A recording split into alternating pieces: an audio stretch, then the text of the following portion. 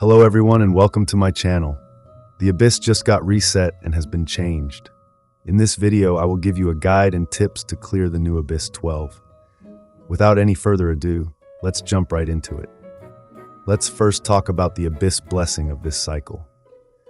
On using an elemental skill, the normal attack and elemental skill damage is increased by 40% for 12 seconds. This effect is doubled for Natlan characters when they are in their Night Soul state. So it would be best to use characters that deal most of their damage from normal attacks or elemental skill to take benefit of this buff. In 12-1 first half, there is one Kairagi in the middle and two Nobushi on his both the sides. Grouping them together is extremely easy. You just need to get behind the Kairagi, and as you can see, all of them are grouped together. If you have a Kazuha, you can easily group them together without going behind the Kairagi. Then you can use your skills to easily defeat them. The Kairagi has pyro resistance, so he will take a bit less pyro damage, but that doesn't mean you cannot defeat him with a pyro character. Just focus on the Kairagi and the Nobushis will keep following you. Next, there will be two Fadui agents. The Pyro Slinger will immediately activate its shield. If you don't have a Pyro character in your team, but have an Anemo character, don't break the Pyro Slinger's shield immediately. Wait for the Cryo one to activate his shield as well, then swirl with Anemo character to strip him off his shield.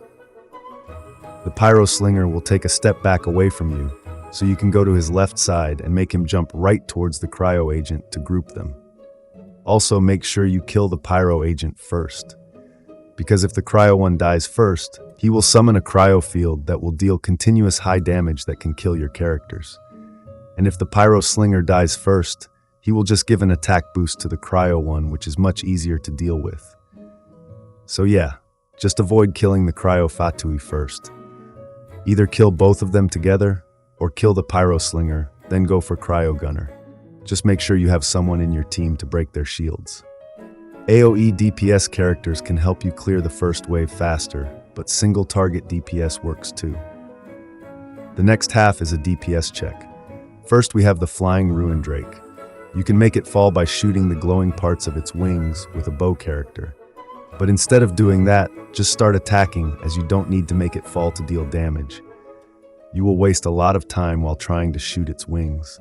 After some time, the Ruin Drake will do a surge attack that will give it 40% resistance to the element it took the most damage from. You can stop this attack by shooting the glowing eye. If it's about to die and you see it do this attack, just go ahead and kill it instead of wasting your time to shoot its eye. Next, we have the Pyro Eremite. As soon as she summons her pet, kill it to deal a huge chunk of damage to her, stun her, and reduce her resistance. In this state, she has a much lower resistance to pyro attacks than the others. Next, we have the Water Phantasm. This enemy is immune to Hydro and is always affected with Hydro, making it an easy target for pyro characters to easily kill it with Vaporize reaction. You can take benefit of Hydro Aura of this boss to trigger reactions like Vaporize, Bloom, Hyper Bloom, or Burgeon to kill it quickly. Since there are only single enemies each wave, single target DPS characters are great here, especially the Pyro or Dendro ones. In 12-2 first half, there will be 3 fungi enemies, which you can just easily kill, nothing to sweat about. After that, there will be the Jade Plume Terror Shroom. This boss is extremely easy. It does have high damage, so you should dodge its attack or heal it or just use a shield. It has increased Dendro resistance, so you might want to use some other DPS if you have trouble against this boss. You can cripple this boss through quicken reactions, that is Dendro and Electro. After getting paralyzed, the Dendro resistance of this boss decreases, however it's still higher than the other elements.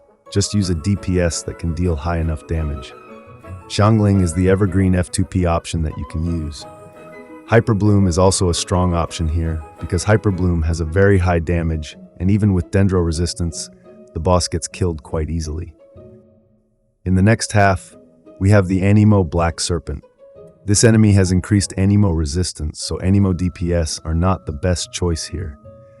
This enemy gains a buff after hitting a shielded character at the cost of 15% of its own health.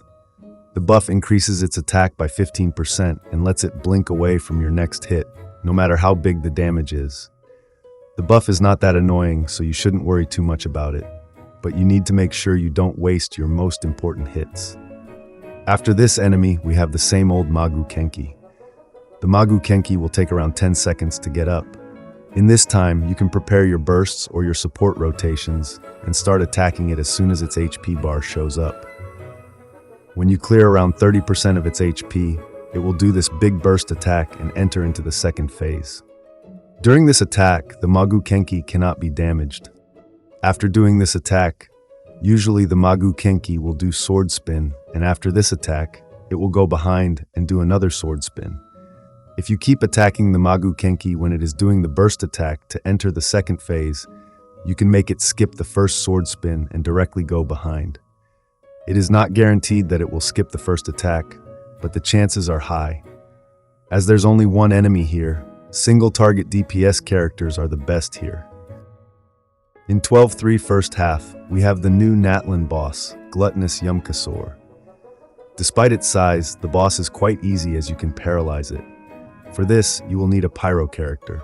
When the boss lays out 3 balls, immediately burn them with pyro attack to deal huge damage to the boss and paralyze it. As you can see, the boss took around 450k damage. If you don't burn the balls in time, the boss will suck those balls and shoot out pyro balls at you. Pyro characters are the most recommended here. Also, one thing to keep in mind while using Bennett, the attacks of this boss are dendro, so make sure you don't get killed by burn. Aside from this, the boss is quite easy, and the only annoying thing is that it's spin attack. For the second half, it's the same old perpetual mechanical array. During the first phase, you just need to keep damaging it. After a period of time or after you have dealt enough damage, the boss will enter panic state and summon ruin enemies. One of them will have a ring around them. Defeat the ring enemy, and this will cripple the boss, decreasing its resistance by 50%. It would be better if you could bait the ring enemy near the boss so that you can start attacking it faster, or prepare your rotation before it enters the cripple state. Try to save up your character's skills or bursts for the cripple state. Use this time to deal high damage to it and kill it quickly. Pyro characters, as usual, are great for this cycle. If you have Natlan characters that are Mualani or Kinich, who will be available in few days, built, they can make full use of the Abyss buff. If you have trouble with team building, you can comment down your characters, and I will try my best to suggest you the best teams to use for this Abyss. And I hope this video was helpful. Don't forget to like and share the video and subscribe for more Genshin Impact content. Thanks for watching.